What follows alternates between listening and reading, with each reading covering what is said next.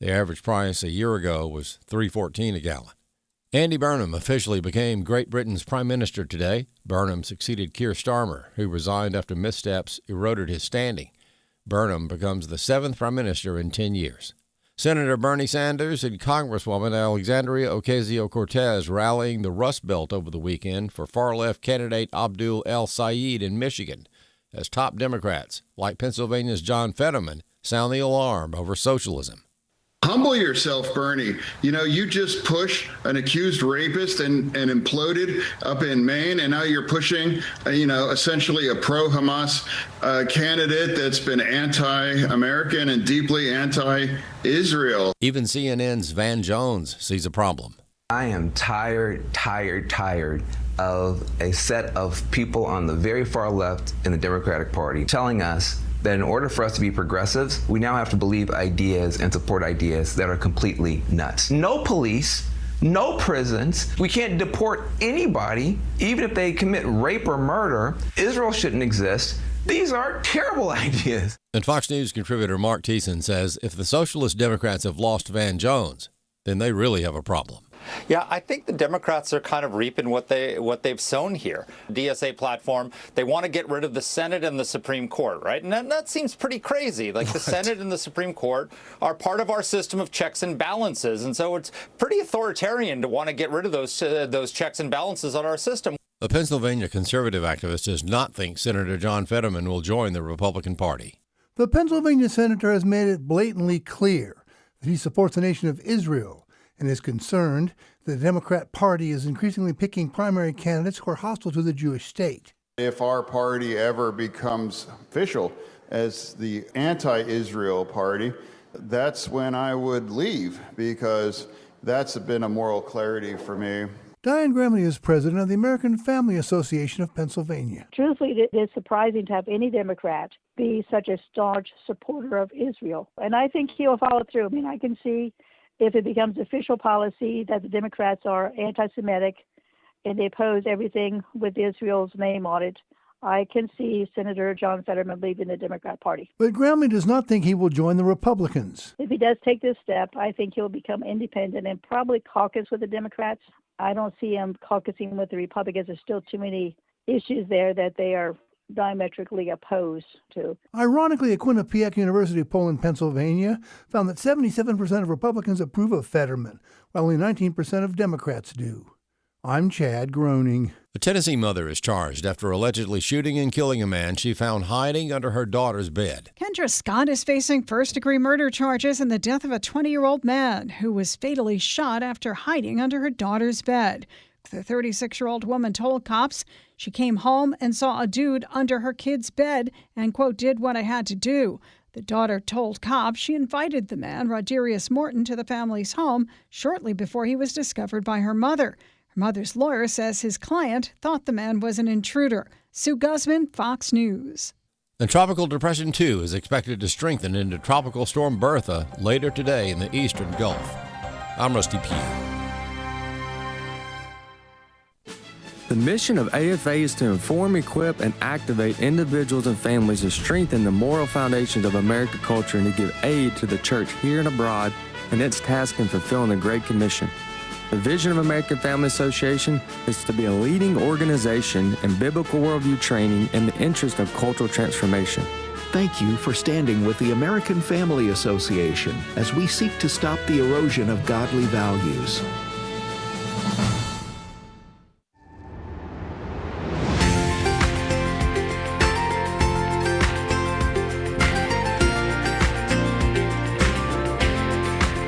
Welcome to Real Truth for Today with Pastor Jeff Schreve, Senior Pastor of First Baptist Church in Texarkana, Texas. Now, here's Pastor Jeff.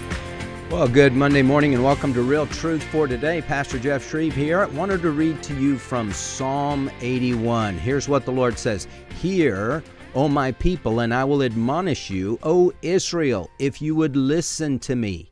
Let there be no strange God among you, nor shall you worship any foreign god. I, the Lord Yahweh, am your God, who brought you up from the land of Egypt. Open your mouth wide, and I will fill it. But my people did not listen to my voice, and Israel did not obey me. So I gave them over to the stubbornness of their heart, to walk in their own devices. Oh, that my people would listen to me, that Israel would walk in my ways. I would quickly subdue their enemies and turn my hand against their adversaries. Those who hate the Lord would pretend obedience to him, and their time of punishment would be forever. But I would feed you with the finest of the wheat, and with honey from the rock I would satisfy you. Makes no sense when we go our own way, when we can go the Lord's way, and the Lord is the God who loves us, who wants to bless us, who wants the best for us. Well, Debbie and I are back from vacation. We went to Branson over the weekend, had a wonderful time. We just love Branson, Missouri, and just had fun together and just got to relax. And so now it's back to the real world and back to responsibilities. And I was thinking about, I watched not all of it, but most of President Trump's speech to the nation on Thursday night. And I was kind of mulling over what that was all about. And obviously the liberal station, CNN, didn't even air it. They're like, well, he lies, so we're not even going to air this.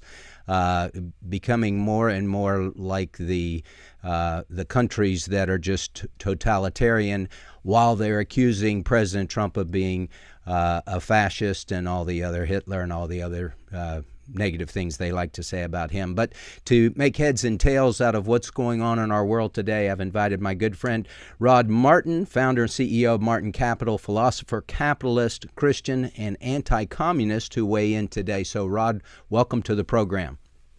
Great to be here. Okay, so Rod, I was a little surprised with what I saw on Thursday. President Trump didn't say a whole lot about the Iranian war, but he did say a lot about the stolen election in 2020, and he said the evidence shows China interfered with the elections. Yes.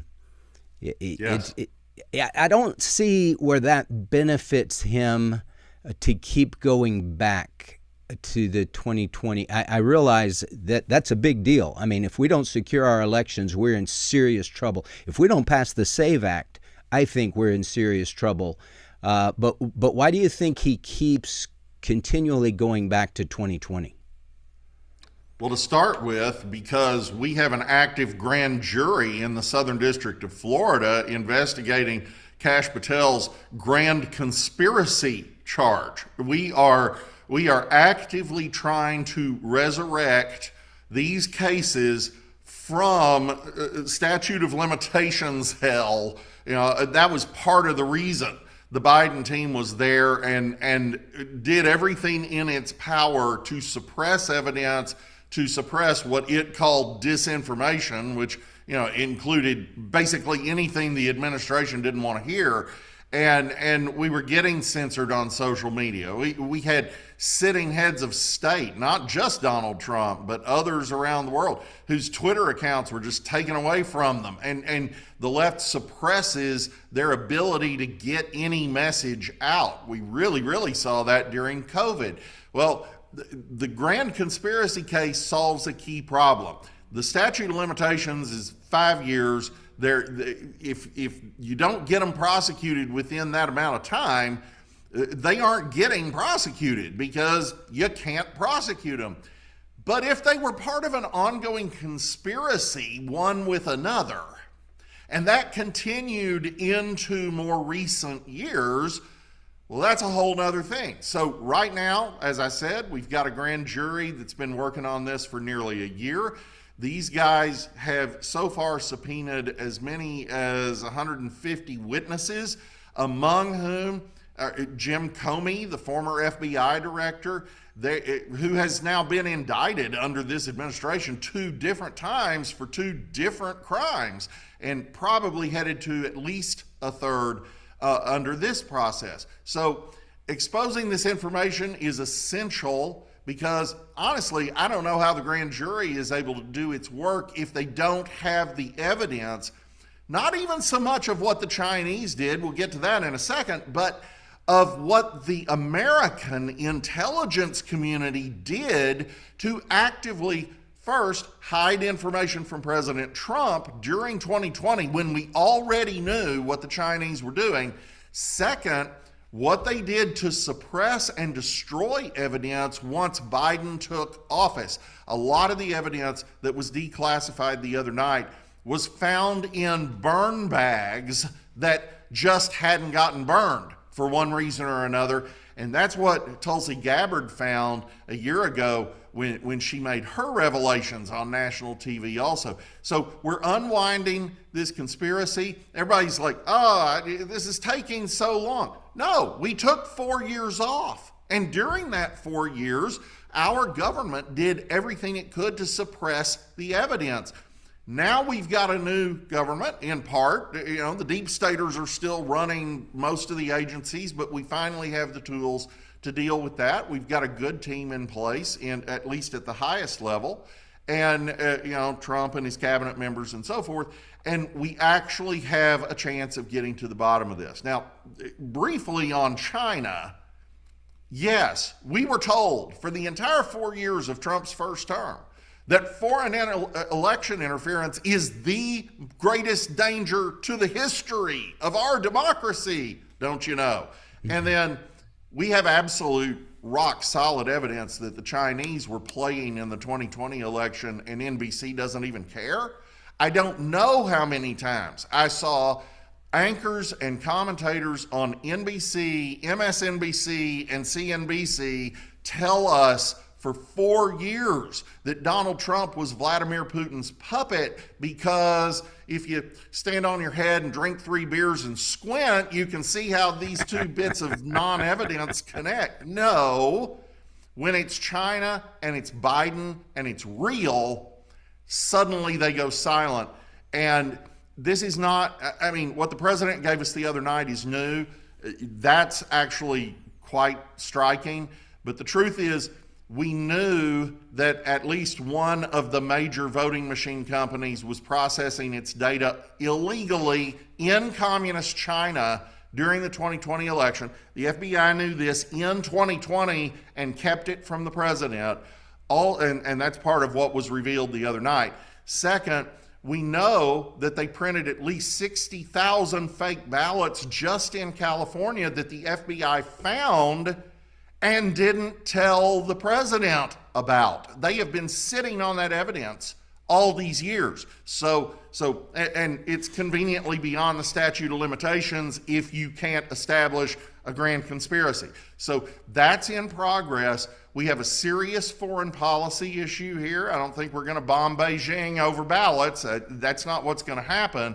But we've got to deal with the Chinese. We're not going to let that ride. And at the same time, we've got to secure our elections. We've got to deal with the vulnerabilities in the system, which primarily come down to voting machines, which are all hackable. There is not a voting machine that has ever been created that isn't hackable, and that has to be dealt with. So all of these things folded together, yes, 2020 is as live an issue as it's ever been. In fact, it's about the first time that we've had a shot at actually bringing some justice and bringing an end to this just wickedness. If your ballot doesn't mean anything because it's just stolen from you at every turn, you don't live in a free country. Right. You don't live in a republic. You are ruled, and that must be stopped. Okay, so Rod, TDS is a real thing, Trump derangement syndrome. They just hate the guy. They'd rather see the world blow up. There was an actual study done or a survey done in New Hampshire. You probably ran across this. I think in 2018, 2019, where the majority of Democrats said we'd rather the earth get hit by a meteorite and disintegrate than for Trump to win in 2020. Well, you better believe people that think like that would, cheating on an election would be like going 5 miles over the speed limit. That's nothing if you're willing to sacrifice every single life for the guy not to get reelected. Okay, so the next election, not the midterms, but the next presidential election, Trump's not on the ballot. Do they hate Marco Rubio like they hate Trump? Do they hate J.D. Vance like they hate Trump, or some other guy like they hate Trump? Is it just because you're conservative, or is it just tied into Trump's personality? Well, I think the answer to that several questions is yes. I think we've seen this play. First of all, they do have a unique hatred for Donald Trump. There's no question about that. And that has been jazzed up now for a decade. But it's interesting to note that until Donald Trump actually announced for president, and even for a month or two into his campaign, they didn't hate him. Nobody hated Donald Trump. Donald Trump was this fun celebrity who made multi-billion-dollar deals and had fun TV shows and ran the Miss Universe pageant, and and everybody loved him. And now he's the biggest racist in the world. Jesse Jackson gave him a civil rights award, for heaven's sake. Everybody loved Donald Trump as long as he was writing checks to Democrats, which people rightly caught on to when he started running in 2015. And they're like, are we even sure he's a Republican? Well, that was a fair question under the circumstances, but he explained it himself in a Republican primary debate when he said, look, I'm a business guy in New York. If you don't grease the wheels, they just won't permit any of your projects. I mean, it's just pay to play, and I paid. Okay, that's a corrupt system. That's got to be cleaned up too. But yes, Trump gets unique hate, but I assure you they will turn that on the next guy. And we saw that with Bush. Bush wasn't half the conservative that Donald Trump has turned out to be, and yet he was literally Hitler too. He was all these terrible things too. So, they will shift hard. It will take a while to condition the rank and file to be as vehement in their hate for the next guy, whoever that may be, but they'll get there. They will always get there. The left, the Democrats have perfected Orwell's 3-minute hate, and they will get there. So our next task, of course, is to break through it.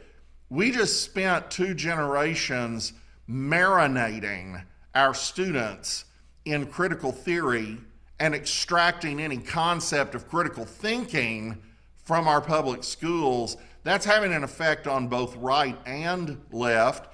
That doesn't have to be permanent. That's not something we can't overcome, but it does mean that pastors are more important than ever from the perspective of just saving the republic. We want the Lord to save their souls, but we'd also like to have a decent place to live in until the Lord returns, and we don't know when that's going to be. So pastors right now are, as always, but even more right now, the most important people in the world.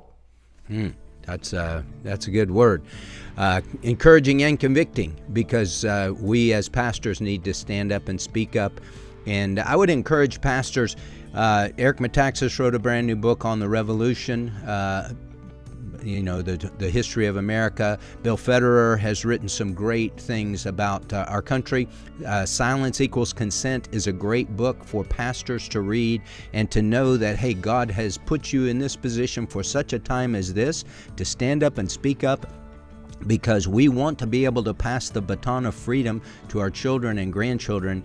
And if we don't do it, and stand up for the country and stand up for truth, it's not going to happen. You're listening to Real Truth for Today. Pastor Jeff Schreve here talking to my friend Rod Martin. We're talking about what's going on in the world. We'll be right back after the break. Don't go away.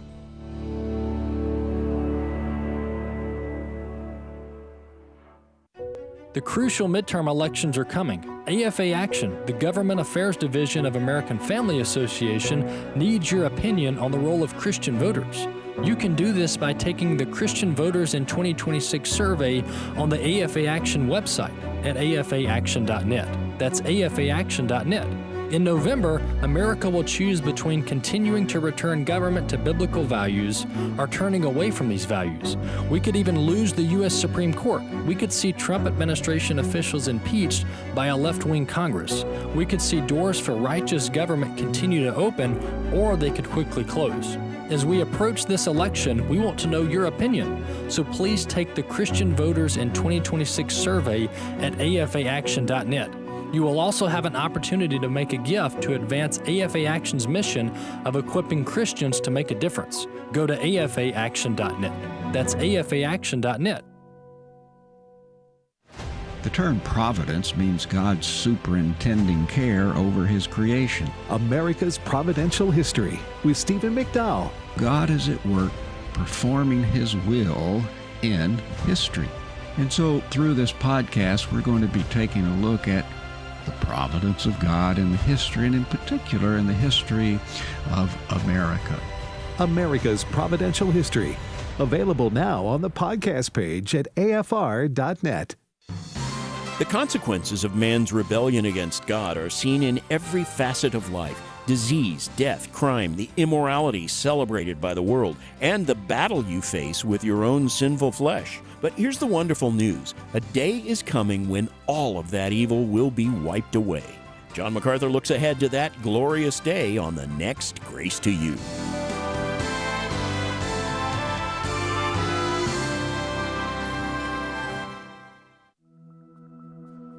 My name is Kaylee Bush, and I am just your regular small-town daddy's girl. 4 weeks after I had won the title of Miss North Florida, I was asked to sign a contract. Quote, female means a born female or an individual who has fully completed sex reassignment surgery. I declined to sign, resulting in the loss of my title, any scholarship opportunities. So we demanded that they rescind it, but unfortunately they would not. Today, I'm standing to preserve sisterhood, the foundation of Miss America. But how can it be a sisterhood if the door is open to brothers? I believe that biology is real and that no boy is born in the wrong body. You know, what makes people a leader is them following their convictions boldly and courageously. She wanted her integrity more than the crown, and she wanted to follow our Lord Jesus Christ more than Miss America. Watch Kaylee's story today at afa.net/impact. This is Real Truth for Today. Podcasts of the program are available on the podcast page at afr.net. Now, back to Pastor Jeff Schreve. Welcome back to the program. Pastor Jeff here, talking to my friend Rod Martin, founder and CEO of Martin Capital, philosopher, capitalist, Christian, and an anti-communist. Okay, so anti-communist, Rod, if I look at the Democrat Party, I would say that they are in the process of selling their soul to socialism and the combination of Islamism. How do you see that? They are mostly there. It is really staggering to watch just how much so. We had the Democratic Socialists of America convention here a couple weeks ago. One of the main leaders of the organization stands up in front of the crowd and says, and this is a direct quote, "Our goal is communism." And the crowd cheered. The crowd absolutely cheered it. DSA matters. These guys are winning Democratic primaries all across the country. They are electing their people into leadership of the Democratic Party and into leadership in Congress. That is a terrible thing because we know what communism is. We don't have to look further than Cuba and North Korea and China and the Soviet Empire. And these guys are just saying flat out, yeah, we're going to do it. We're going to do it bigger and better. Okay, well, that's actually an existential threat. And the most basic level on which that's true isn't even, all of the tyranny and totalitarianism and terror that entails. The biggest problem there is communism, purporting to be atheistic, is functionally a religion. And its religion deifies the state and gets to define your reality. You were programmed for this by the transgender movement, the idea that somebody can actually change from a boy to a girl. Are you kidding? That's nonsense. That's not biology. The people who are telling us trust the science throw the science book out the window. But that's exactly what C.S. Lewis showed us in That Hideous Strength, and exactly what Orwell showed us a few years later in 1984, where O'Brien tells Winston toward the end of the book, 2 + 2 equals whatever the party tells you.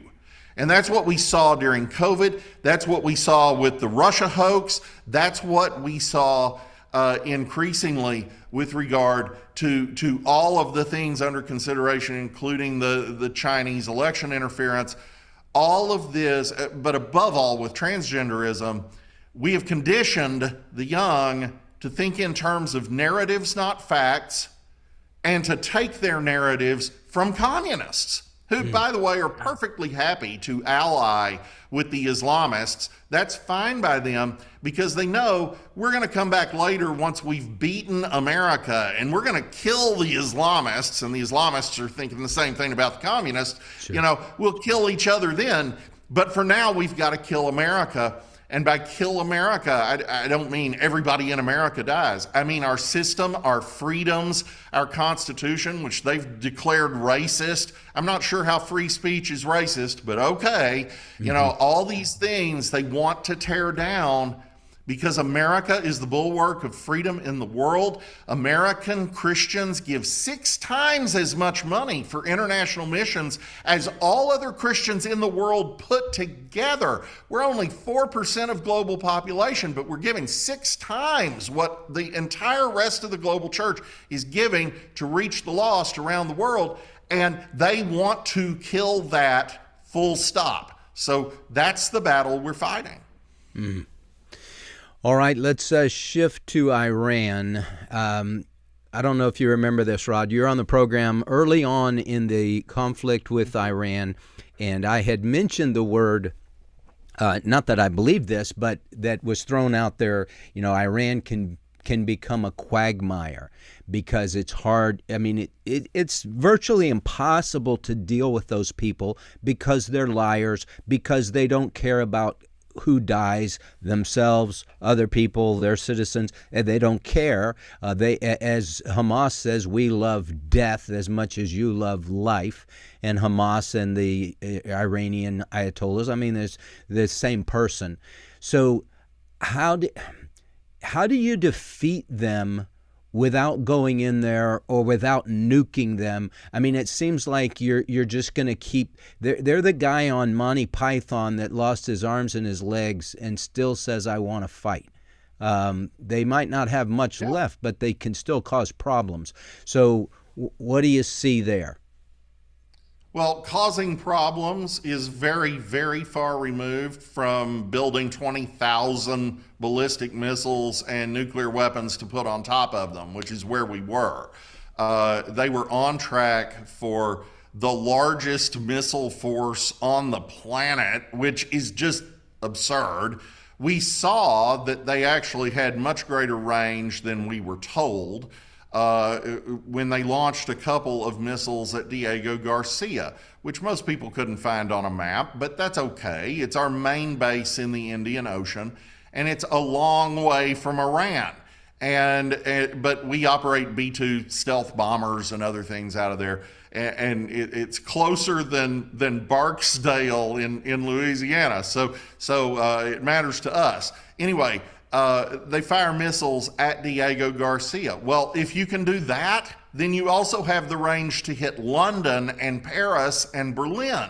So they were a much bigger missile threat than I think most people realized. And when you can build an IRBM, you're about a half step away from building an intercontinental ballistic missile that can hit the United States. So we get to have buildings blowing up over here, and we've got the same problem over there. You've still got to deal with them, and they're not going to be any less tough. So Trump was exactly right to attack them before that threat fully metastasized.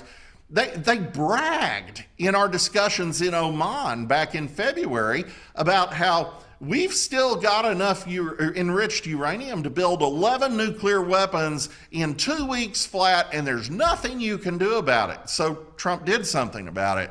And the truth is, we have complete air dominance. They can't actually stop us from doing anything.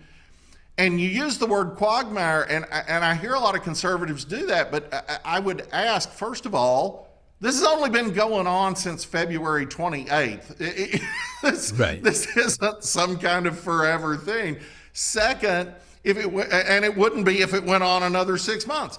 But more to the point, you can't really have a quagmire if there are no troops on the ground at all. And we have not actually invaded, not even any of the outlying islands, which I kind of hope he'll do. I think there are 4 or 5 key islands that the United States would do well to control, and then garrison with troops from the UAE or Saudi Arabia or Iraq, not our own. But the point remains. We have eliminated them as a danger to the rest of the world. The only danger that they pose at this point is the ability to lob a random missile that they still have at somebody, and that's a diminishing resource because we've taken out most of their ability to produce more.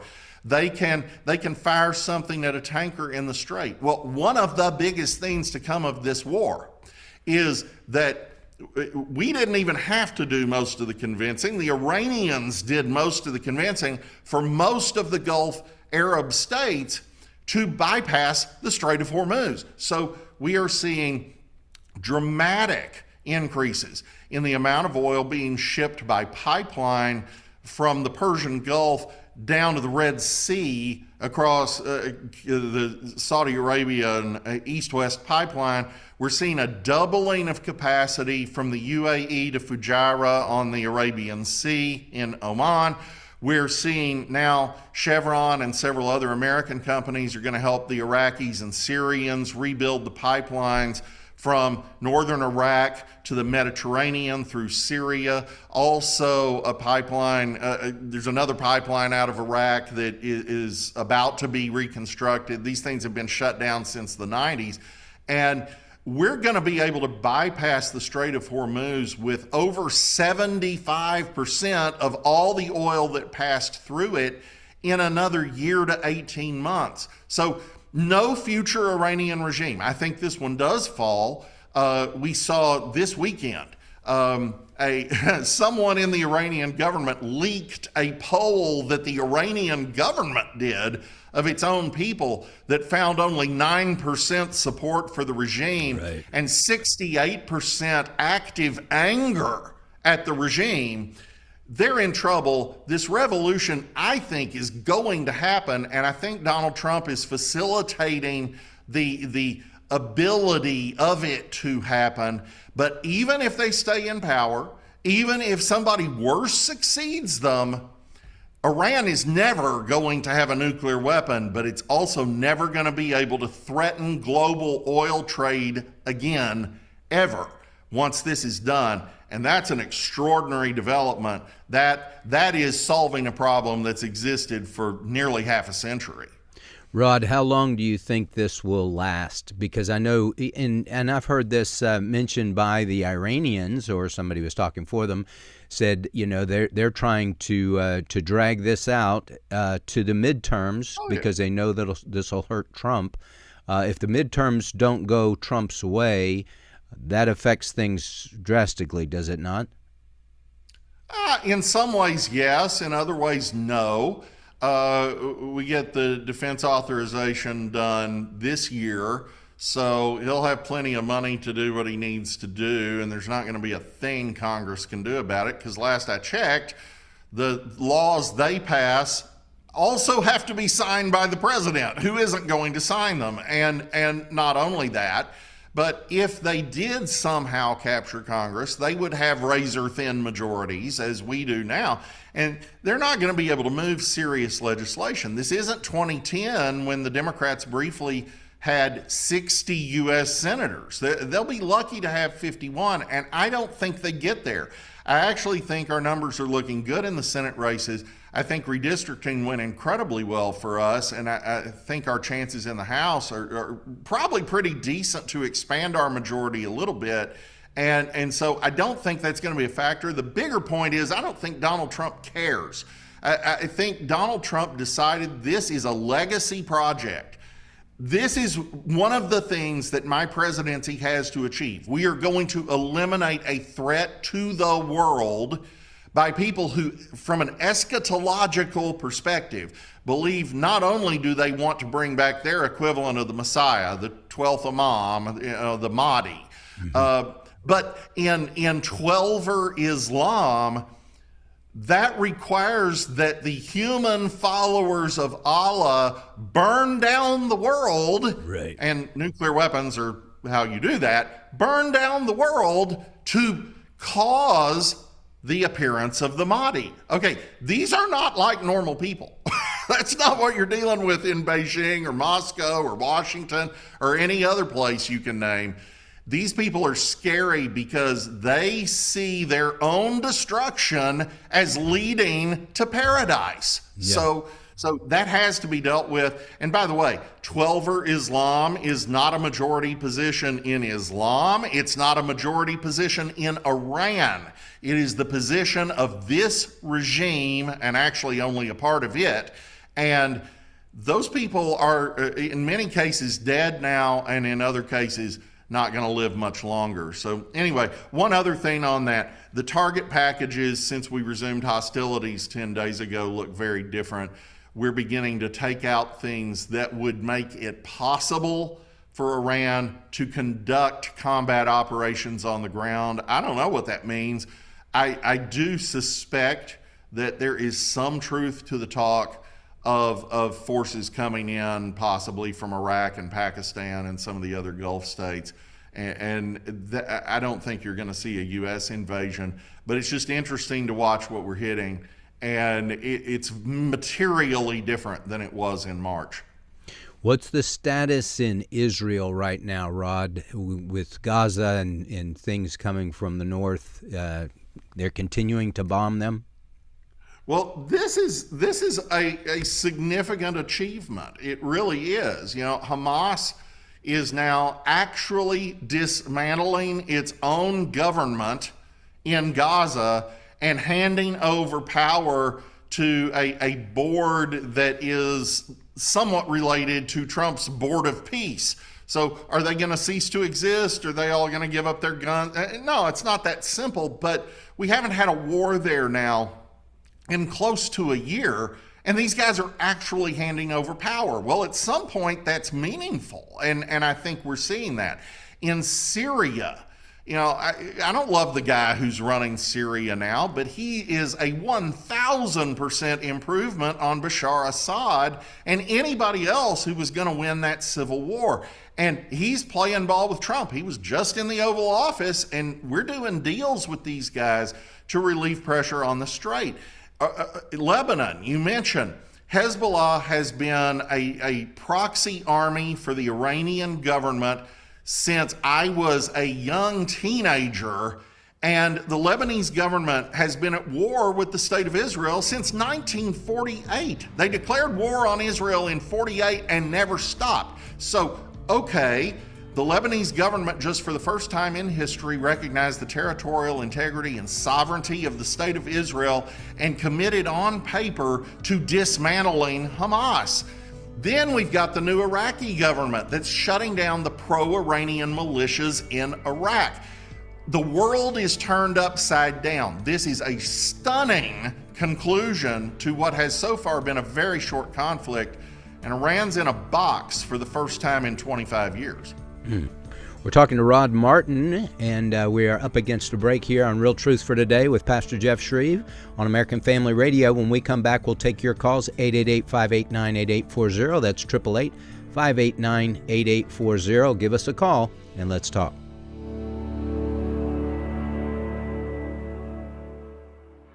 For more than 150 years, Blue Mountain Christian University has been committed to educating students through a Christian worldview rooted in Scripture and truth. Our close-knit campus community, affordable degree options, and dedicated faculty prepare students for lives of faith, leadership, and service.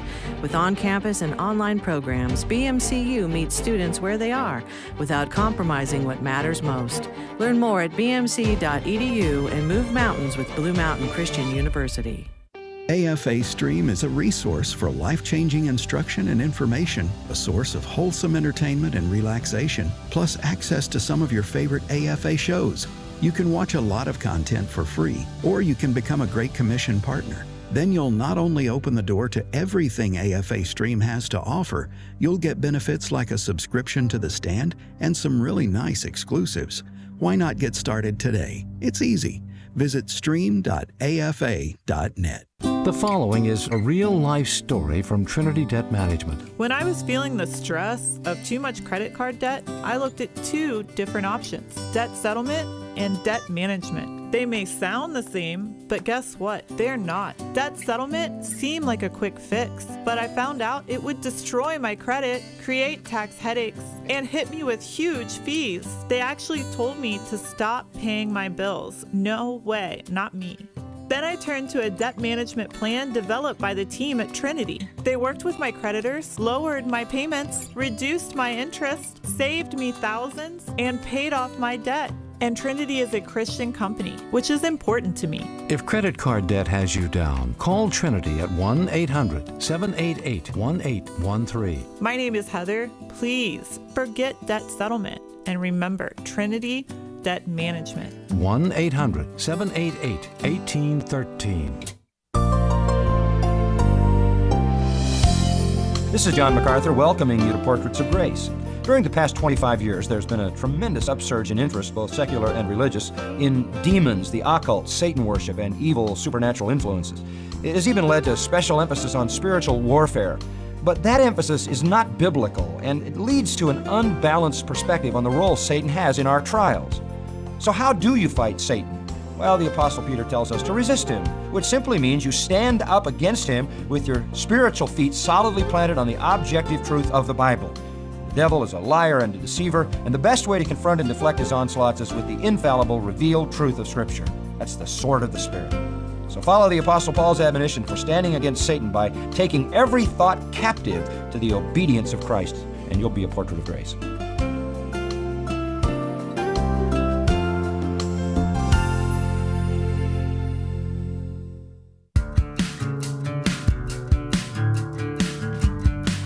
If you'd like to contact Pastor Jeff, email pastorjeff@fromhisheart.org.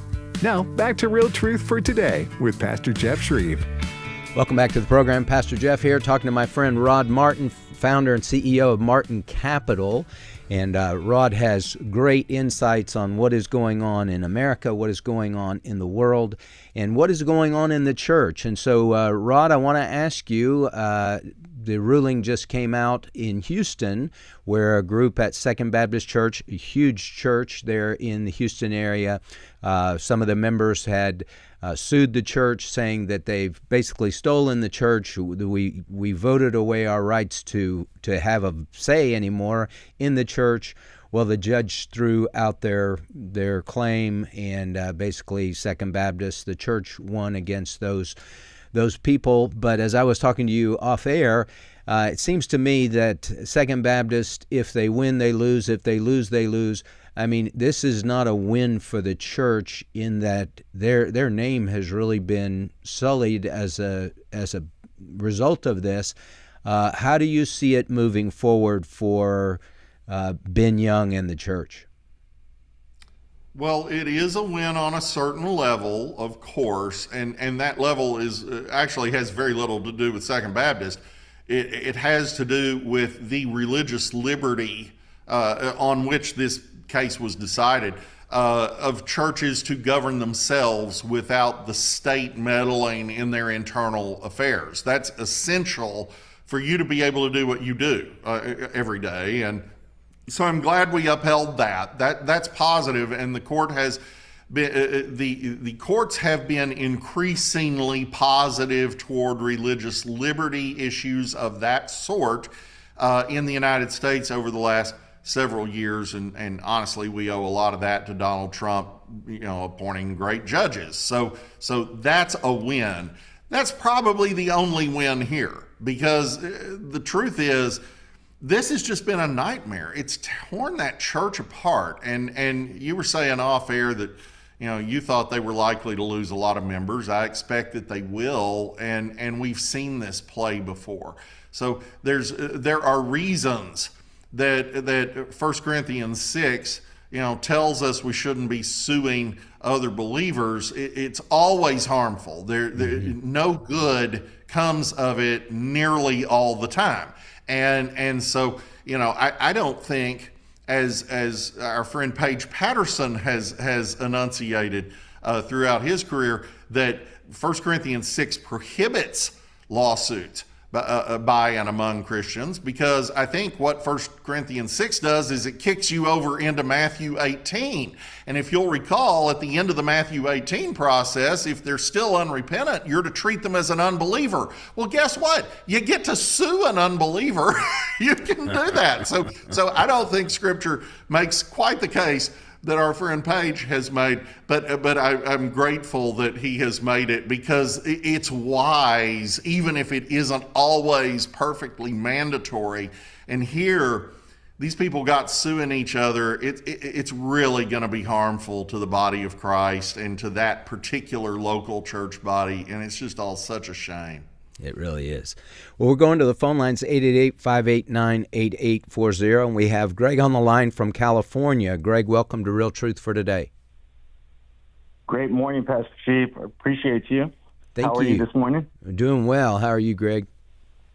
I am thankful. Thank you. I'm thankful for the ministry, and I just wanted to share, listening and watching the programs with DSA, and it's amazing because we just need to see it, have our eyes open, see it's not the DSA, Democrat Social, Association, or it just looks like Islam. I mean, so, should we call it out, Democratic Islam of America, so I just wanted to share that. That was on my heart. I've been sharing with my kids, just to keep your eyes open to see how they're just coming right after us and just so blatantly. Yeah, great point, Greg. Yeah, Rod, they're not hiding it at all. No, they aren't. And look, this is a really good time to remind everybody, do not weary in well-doing. We are in the pitched battle right now. And I hear a lot of people on our side blackpilling and, nothing's ever going to happen and no one's ever going to go to jail and everything's terrible. Wait, the Lord delivered us in 2024. If Harris had won, the censorship state would have continued and grown. We see what socialists in both democratic and non-democratic countries do. They shut down all dissent. They arrest pastors. And actually in Great Britain, which is the mother of our liberty, in Great Britain, they're now arresting 10 times as many people for so-called speech violations as Vladimir Putin is in Russia. I mean, how can that happen? In Canada, they just removed all protections for preaching any part of the Bible that the government decides is hate speech. Well, that's a lot of the Bible, actually, because the left's worldview is no longer compatible at all with the Christian worldview. So the left wins by talking you into believing that everything you think is not just wrong, but evil, and certainly stupid, but evil. And once they convince enough people of that, they can enforce it, and they do. So we really dodged a bullet in 24, and we've got to stay in the battle. I mean, we're in the middle of the Battle of Midway. The war has barely begun, and we're in the fight, and we can win it. We can get to Okinawa. We can get to Hiroshima. We can get to Tokyo Bay. But we actually have to fight the fight, and we have to keep our chin up and trust the Lord for the outcome, or we're just going to lose, and our grandchildren are going to live in a totalitarian state. Yeah. So will we, but they will too. Yeah, good point. Well, I appreciate that. Excuse me. We have Nelson on the line from Texas. Nelson, welcome to Real Truth for Today. Thank you, Pastor Schreve. I want to ask Mr. Martin, what are we going to do, or what is the left going to do when the democratic socialists want to destroy the left and kill the left? These people who are saying what they want to do or accomplish. I'm a Constitution coach with Patriot Academy, and I want to know what can I do to help these people understand. I've spoken to plenty of people from Cuba, Venezuela, China, Russia, who fled to come over here, and they're terrified of what's going on in our country.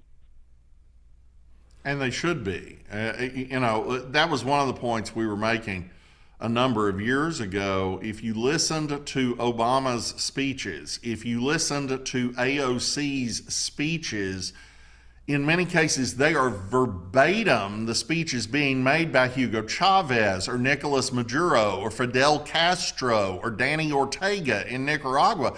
They were absolutely identical verbiage, just translated from Spanish to English. And our Cuban community here in Florida picks up on it, just lickety-split. They're like, whoa, we've heard this before. Why are Americans actually falling for this? So, yeah, we've got a problem. The mainstream Democrats, the guy, and I don't agree with Bill Maher. I don't agree with James Carville, but they're not communists. They're not democratic socialists, and they're certainly not Islamists. So these guys, you're seeing shift in our direction, at least it seems that way. Mm-hmm. They're not really shifting. They're losing their party. And so they will make short-term alliances with us that wouldn't last, I'm sure, if we do that, to try to overcome the encroaching socialist darkness. And that's encouraging. And we've picked up people like RFK and Tulsi Gabbard and Elon Musk. That's great. But the Christians have to stand firm. We have to actually teach kids that envy is not actually a legitimate political and economic program, that violating all of the commandments systematically is actually a really bad idea, and that's what socialism is. It is the systematic violation of all of God's commandments while pretending superiority and goodness. And it's just a devil's lie, and we have to stop it. So true. Well, what I see, Rod, is that you have guys like Gavin Newsom. Gavin just makes it up. I mean, it doesn't have to have any kind of truth backing it. I just make it up, and the media is going to back me up on this. And it seems like that's just more and more and more, with CNN not even showing President Trump's speech. Well, he lies, so we're not even going to show this. I mean, it's, I think, life hack that's about 99% accurate. Whatever those people say, it's the opposite of that. They are guilty. Yeah, whatever they say is what they're doing. Yes. Right. Yeah, so whatever they say Trump is doing, that's what they're doing. And you can pretty much set your watch by that. You can, and look, this is why the church is so important from a temporal, cultural perspective. Of course, the church is important to be the church. Of course, the church is important to reach the lost. All of those things are, of course, primary. But there's also a salt and light mission that only the church can do. And people have lost track of what that means because, these days we have refrigerators and stuff. We don't do that. But salt is what, for thousands of years, people used to preserve meat because otherwise it would spoil and go bad. And salt would preserve it, and you could actually keep it around longer. And of course, light dispels darkness. If the church won't do that in the world, who's going to? We are the salt and light. Right. So if we don't explain to people the evils of what is fundamentally a false religion and a false God. If we can't do that just because, it's political, everything's political to these people. To the left, everything is a political matter. That's their worldview. So, if you try to make distinctions that might or might not have made sense in 1980 about what's political and what's spiritual, you're going to lose, because to the left, their religion is politics, and the end game is no different from the Iranians. They want to set up their Messiah, in this case a messianic state, that is going to perfect mankind and direct the next stage of his evolution, and it's going to have to break some eggs to make that omelet. So, that's evil. That we are fighting the functional equivalent of Baal worship here, and we've got to get in the game and actually realize that it's being played with or without us. Yeah, great point. Thank you, Nelson. We have Tim on the line from North Carolina. Tim, welcome to Real Truth for Today. Thank you, Pastor Schreve. I'll just get right to the point because of time. But, Ms. Martin, I just got the question here because I have Gen Zers, one Gen Zer and millennial in my household, not in the household now, but they're married, but they're very intelligent, and they have some issues with things that are going on. My question is, it seems to me that socialism and communism is really what I call it. The attraction is with young people, is what I'm seeing. And that's what I always see on TV, what I hear, and what I read. And whether it's true or not, I don't know. So do we have any kind of record of voting that's where it's coming from? And do we have anything to counteract it? I mean, I know mine would not vote for socialism because they're grounded. But I do have some concerns that are those out here who are not believers, and they will not. They might kind of venture over that way. I'm a little concerned about these primaries, coming up, in November. And mine just do have problems with supporting some of the things that are going on, and with AIPAC and things with they just do because they see things really in a different light than I do. So I guess are any voter records? Well, Go ahead, we'll Rod. take the AIPAC thing. I mean, okay, so, people who like Israel, who, by the way, are American citizens, spend money to support their cause. How is that different from the Sierra Club? How is that different from any political group?